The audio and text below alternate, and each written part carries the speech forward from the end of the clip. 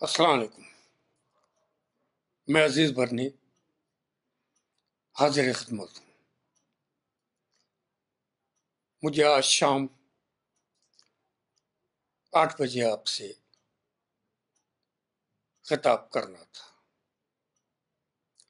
نہیں کر سکا. عام طور پر ہوتا یہی ہے، جب میں وقت طے کر کے بولنا چاہتا ہوں نہیں بول پاتا.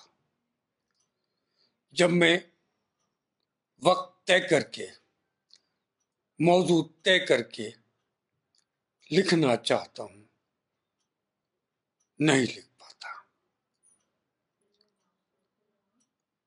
حالات، وقت، اس سب کے شکنجے میں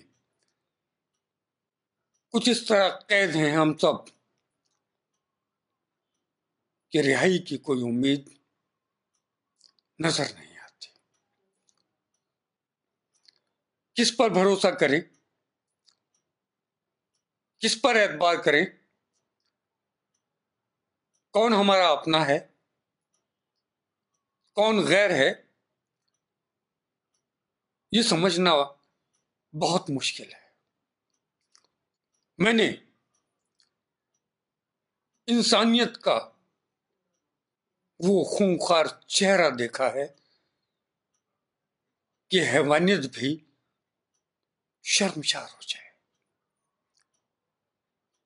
پھر بھی زندہ ہوں.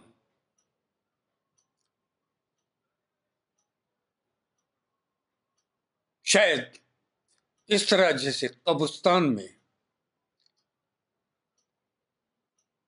زندہ رہا جاتا ہے، نہ کوئی آواز سننے والا اور نہ کوئی گفتگو کرنے والا. ہم جانتے ہیں ان کو جنہیں اپنا نہیں سمجھتے، مگر جنہیں اپنا سمجھتے ہیں کیا وہ ہمارے اپنے ہیں؟ کیا وہ قابل اعتماد ہیں؟ کیا ان پر بھروسہ کیا جا سکتا ہے؟ آج میں تصویر کا وہ رخ بھی آپ کے سامنے رکھ دینا چاہتا ہوں جس پر عام طور پر گفتگو کرنا ممنوع ہے. گفتگو کرنے کی اجازت نہیں دی جاتی. وہ الزام تراشیاں کی جاتی ہیں کہ آپ کے الفاظ دم توڑ دیں زبان پر آنے سے قبل. بے شک تقریباً 5 برس سے، گزشتہ 5 برس سے ہم سنگھ پریوار کے RSS کے شکنجے میں تھے، پر آج نہیں. 5 برس تک ہم جمہوریت کی دہائی دیتے رہے، تحفظ جمہوریت کے نام پر جلسے جلوس مظاہرے کرتے رہے. آئین کی فکر رہی ہمیں،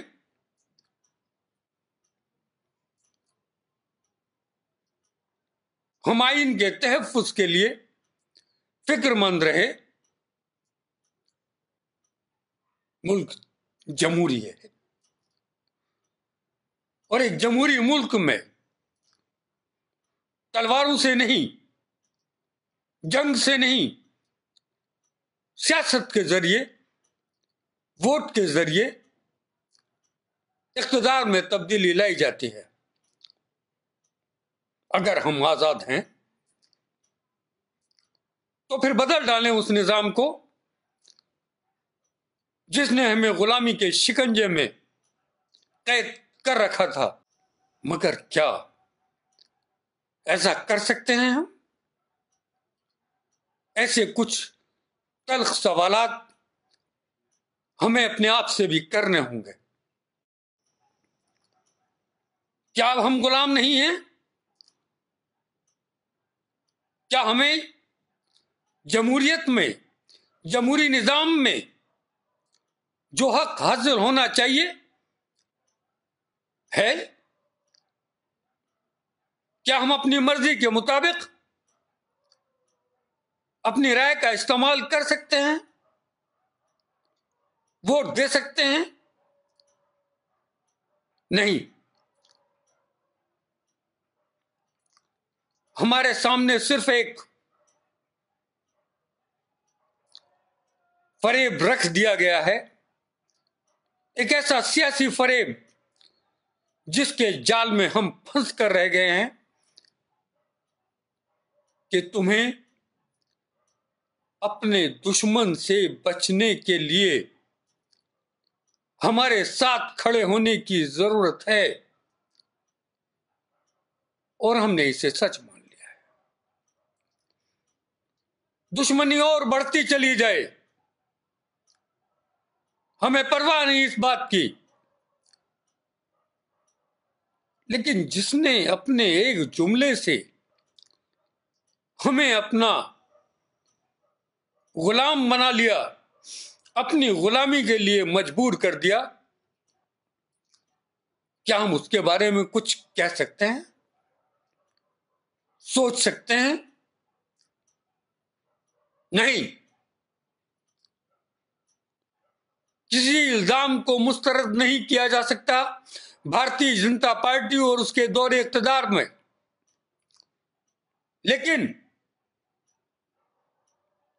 کیا وہ سب ایماندار ہیں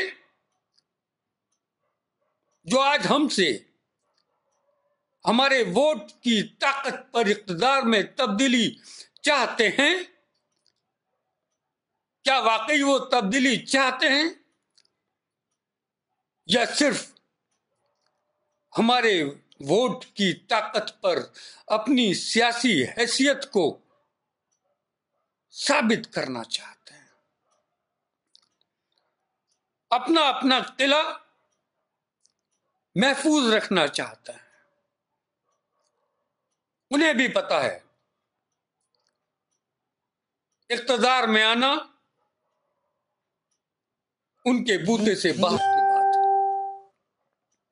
انہیں بھی معلوم ہے کہ در پردہ وہ کس کے اشارے پر ہیں، اور بہت حد تک ہم بھی جانتے ہیں۔ اس میں کوئی دو رائے نہیں کہ سنگھ پریوار اور بھارتیہ جنتا پارٹی مسلمانوں کے خلاف ذہن رکھتی ہے، لیکن مسلمانوں کے حق میں ذہن کون سی پارٹی رکھتی ہے، آج اس پر بھی غور کرنا ہوگا۔ کیا وہ خود کو سیکولر کہنے والی سیاسی پارٹیاں جو ہماری ووٹ کی، ہماری حمایت کی سب سے بڑی دعوے دار ہیں، کیا وہ ہم سے محبت کرتی ہیں، ہمارے ساتھ انصاف کرتی ہیں؟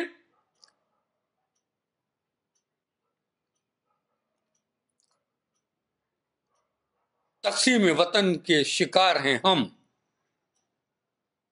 بہت بار لکھ چکا ہوں، بول چکا ہوں کہ ملک دو قومی نظریے کے تحت نہیں بٹا۔ سازش تھی مسلمانوں کو تقسیم کرنے کی، عمل میں آئی سیاست کے ذریعے۔ اس موضوع پر گفتگو طویل نہیں کرنا چاہتا۔ کون برسر اقتدار تھے اس وقت؟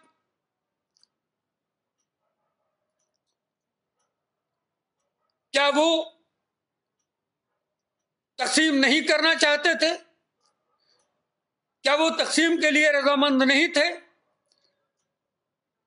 کیا وہ نہیں جانتے تھے کہ ملک کو چلنا ہے ڈیموکریٹک پیٹرن پر، جمہوری قدروں پر، جہاں ووٹ کے ذریعے طے ہوگا کہ اقتدار میں کون رہے گا؟ اگر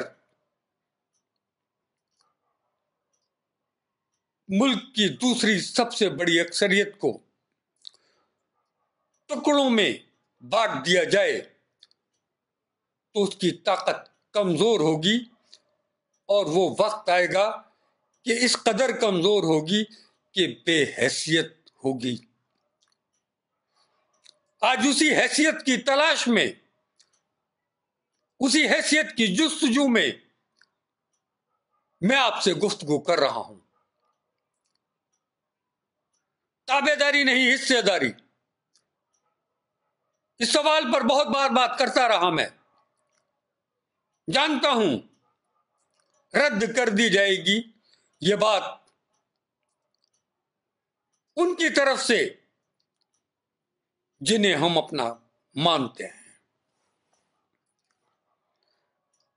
چلیے کچھ دیر کھل کر بات کرتے ہیں۔ میں کانگریس کا مخالف نہیں ہوں، ہم ہی بھی قرار دے سکتے ہیں۔ کانگریس کی حکومت میں مشیر رہا ہوں، ایڈوائزر رہا ہوں، لیکن آج کے اس کمپٹیشن میں کہاں کھڑے ہیں وہ جو فرقہ پرست ہیں اور وہ جو سیکولر ہیں؟ اگر آج وہ فرقہ پرست ہم سے یہ سوال کریں کہ تم ہمیں فرقہ پرست کہتے ہو، ہمیں ہندوؤں کا لمبردار کہتے ہو، ہمارے لیے کہتے ہو کہ ہم ملک کو ہندو راشٹر بنانا چاہتے ہیں، دیکھو گزشتہ 1-2 برس میں ہندوؤں سے نزدیکی کی بات کون زیادہ کرتا رہا، مندروں کے درشن کس نے زیادہ کیے؟ اگر ہندوؤں سے نزدیکی ہی فرقہ پرستی ہے تو یہ الزام صرف ایک طرف کے لوگوں پر کیوں؟ کیا وہ فرقہ پرست نہیں جو اس دوڑ میں اوروں سے بھی آگے نکل جانا چاہتے ہیں؟ آئیے ان سیکولر پارٹیز پر جو ایک ساتھ بھارتی جنتا پارٹی اور کانگریس کو ایک ہی زمرے میں رکھ کر یہ بات کرتے ہیں کہ ان دونوں میں کوئی فرق نہیں، یہ ایک ہی سکے کے 2 پہلو ہیں، اب ذرا ان کو بھی دیکھ لیا جائے۔ کیا وہ ہمارے ساتھ ہیں؟ گزشتہ 4 برس میں موب لنچنگ کے کس واقعے کے بعد وہ ہمارے ساتھ تھے؟ قانون کی دہائی دیتے رہے؟ کب ہمارے لیے انصاف کی دہائی دی؟ رگبر کے نام پر ووٹوں کی فصل اگائی جاتی رہی، نجیب کی ماں کے آنسوؤں کی قیمت وصول کی جاتی رہی، انصاف ملا کیا؟ گجرات میں بھی نہیں ملا تھا، مظفر نگر میں بھی نہیں ملا، گوپال گڑھ میں بھی نہیں ملا، بٹلہ ہاؤس میں بھی نہیں ملا، میرٹھ ملیانہ ہاشم پورہ میں بھی نہیں ملا۔ کب ملا انصاف ہمیں؟ کون انصاف کی آواز بلند کر سکتا تھا؟ مانتا ہوں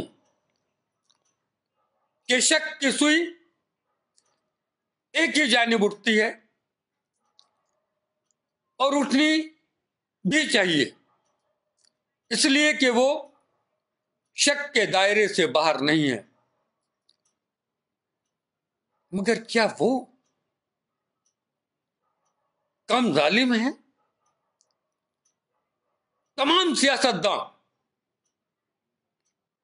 وہ بھی شامل ہیں جن کے حق میں آج بات کر رہا ہوں، جن کے لیے میں کہہ رہا ہوں کہ مسلم نمائندوں کو نہیں، مسلم سیاسی پارٹیوں کے نمائندوں کو، چاہے وہ ہندو ہوں یا مسلمان، انہیں ووٹ دیجیے۔ مجبوری ہے، ایک شکنجے میں قید ہیں،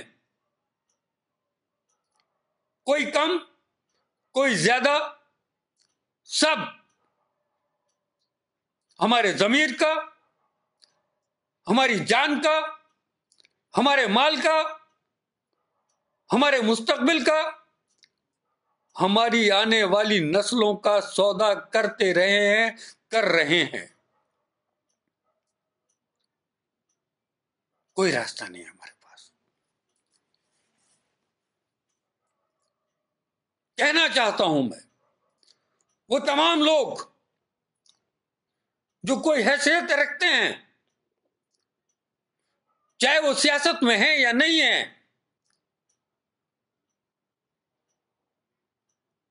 وقت اور حالات کی ضرورت ہے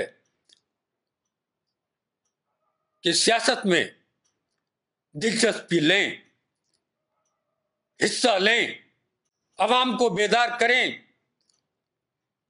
ان چہروں کو سامنے لائیں۔ بندھوا مزدوری 70 سال تک مسلسل کی جاتی رہے، اور وہ قوم جنہوں نے انگریزوں کے قدموں کو اکھاڑ دیا، آج اپنے پاؤں میں زنجیر باندھے ہوئے اپنے گھروں کی 4 دیواری میں قید رہے۔ ہم دانشور ہیں، ہم قوم کے رہنما ہیں، ہم مذہب کے رہنما ہیں، ہم غیر سیاسی ثقافتی تنظیمیں چلاتے ہیں، ہم مسلمانوں کے ہمدرد ہیں۔ کیسی ہمدردی ہے یہ؟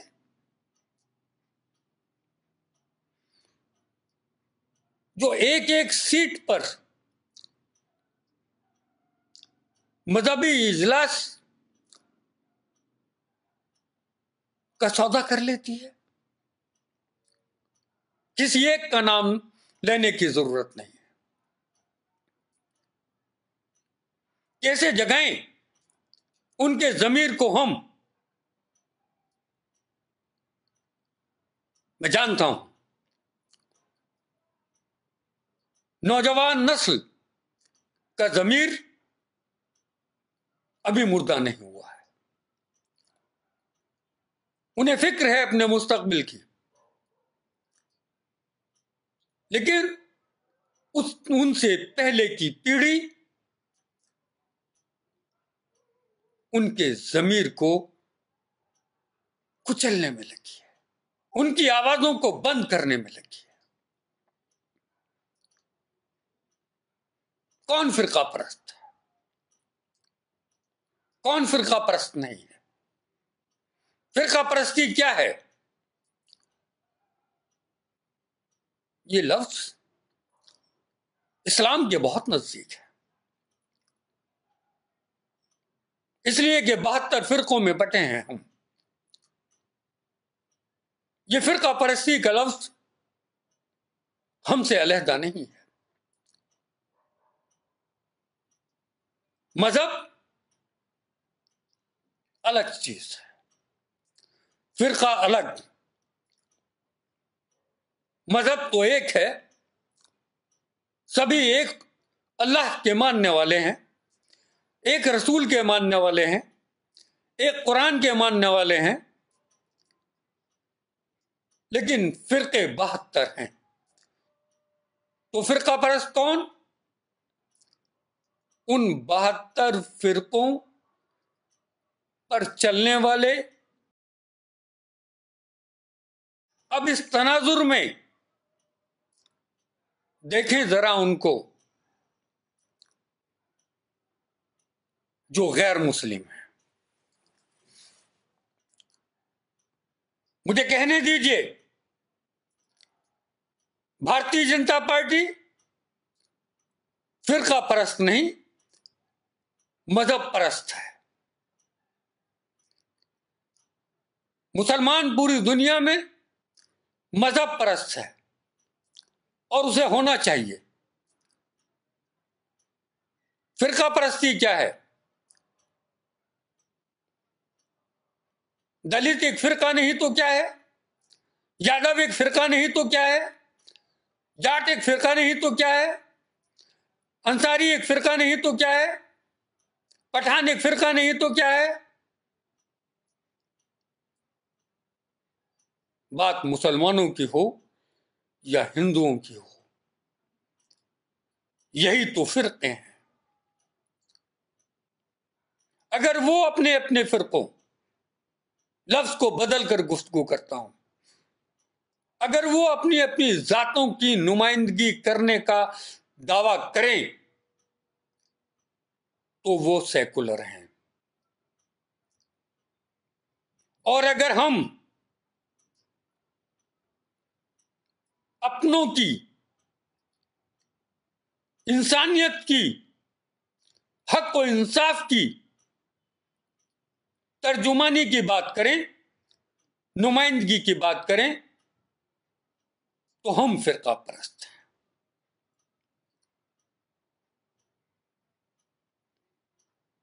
آزادی سے لے کر اب تک پنڈت جواہر لال نہرو، ہیموتی نندن بہوگڑا، چودھری چرن سنگھ،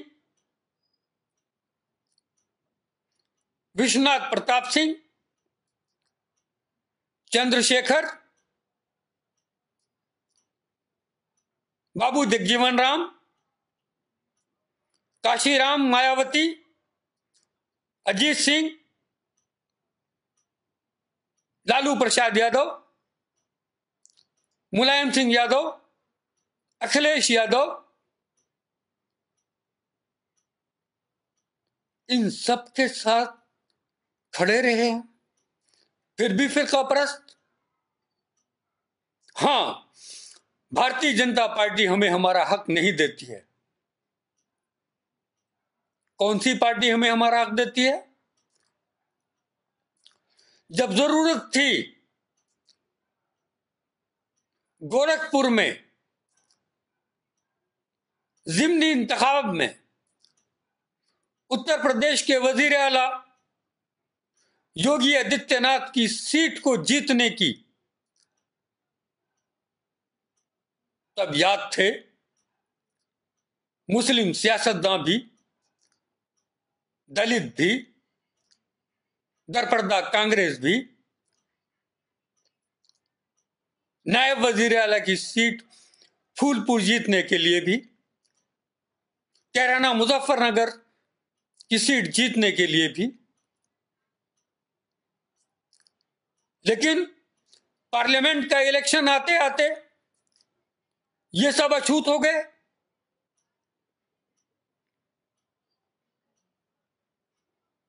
کیا کمی پیدا ہوئی اور کیا خوبی تھی اس وقت؟ وکالت نہیں کر رہا میں کسی کی. جو بات اتر پردیش کے لیے میں کر رہا ہوں وہی بات میں آسام کے لیے بھی کر سکتا ہوں اور کروں گا. مولانا بدر الدین اجمل کسی اتحاد کا حصہ کیوں نہیں؟ ذاتی نظریہ میرا کچھ بھی رہا ہو، شکایت کوئی بھی ہو، لیکن یہ سچ ہے کہ ہندوستان میں مسلمانوں کی بہت بڑی آبادی کا حصہ اسد الدین اویسی کو اپنا نمائندہ مانتا ہے؟ کیوں نہیں وہ حصہ ہیں کسی اتحاد کا؟ مسلمان کا ووٹ تو چاہیے، اسد الدین اویسی نہیں چاہیے، ایوب انصاری نہیں چاہیے، مولانا عامر رشیدی نہیں چاہیے، مولانا توقیر رضا بریلوی نہیں چاہیے۔ ہاں، ٹکٹ دیں گے ہم، اپنی غلامی کے لیے۔ کیا احسان کرتے ہو؟ اگر یہی احسان ہے تو اس سے بڑا احسان تو وزیر بنا کر بھی کرنے والے ہیں۔ تم صرف ٹکٹ دے کر الیکشن لڑنے کا موقع دیتے ہو، وہ لڑے بغیر بھی وزیر بنا دیتے ہیں۔ اگر پیمانہ یہی ہے تو پھر کسے اپنا کہیں؟ اسی لیے میں کہتا رہا اور کہتا رہوں گا، تابع داری نہیں، حصے داری۔ اور جسے حصے داری قبول نہ ہو وہ ہمیں قبول کیوں نہیں چلاتے یہ تحریک؟ کیوں نہیں اب ریشمی رومال جیسی تحریک چلتی؟ کیوں نہیں کوئی اب اس مشال کو لے کر آگے بڑھتا؟ ہم سے زیادہ منظم تحریک چلانے والے مراکز دنیا میں کسی کے پاس بھی نہیں ہیں۔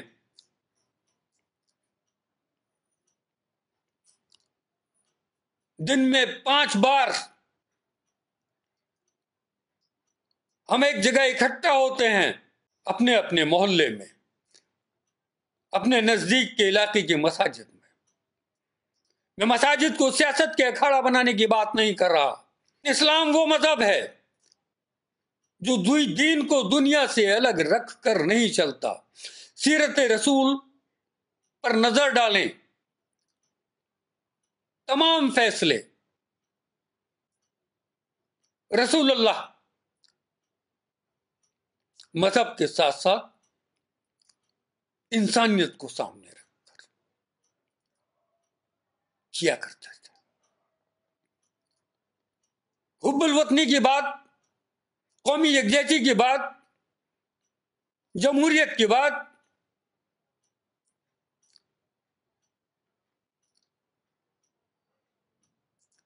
تحفظ آئین کی بات کرنا کون سا جرم ہے اور کون سا پلیٹ فارم اس کے لیے غیر مناسب قرار دیا جا سکتا ہے؟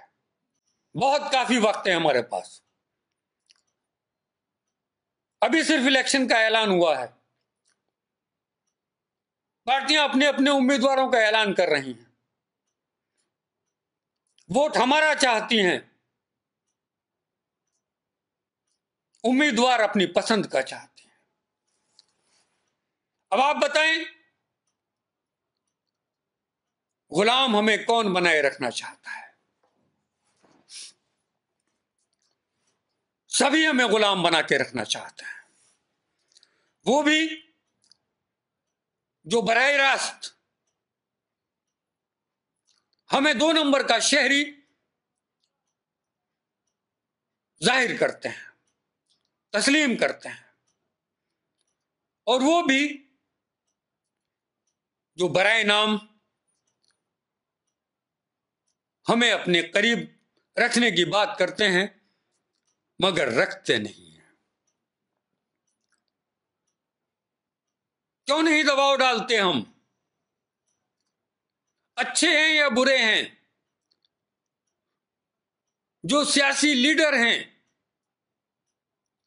انہیں اتحاد میں شامل کرنا ہوگا، کانگریس کو بھی، سماجوادی پارٹی کو بھی، بہوجن سماج پارٹی کو بھی، جنتا دل یونائٹڈ کو بھی، RJD کو بھی، ان سب کو، ترنمول کانگریس کو بھی، ان سب کو شامل کرنا ہوگا۔ نہیں ہے کوئی پارٹی مسلمانوں کی